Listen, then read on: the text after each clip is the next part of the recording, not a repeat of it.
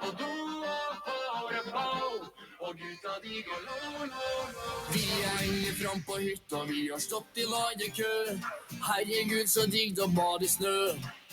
Vi har Aperol og tappetårn og mer som vi skal pakke ut. Av oss folk for 360, fuck you.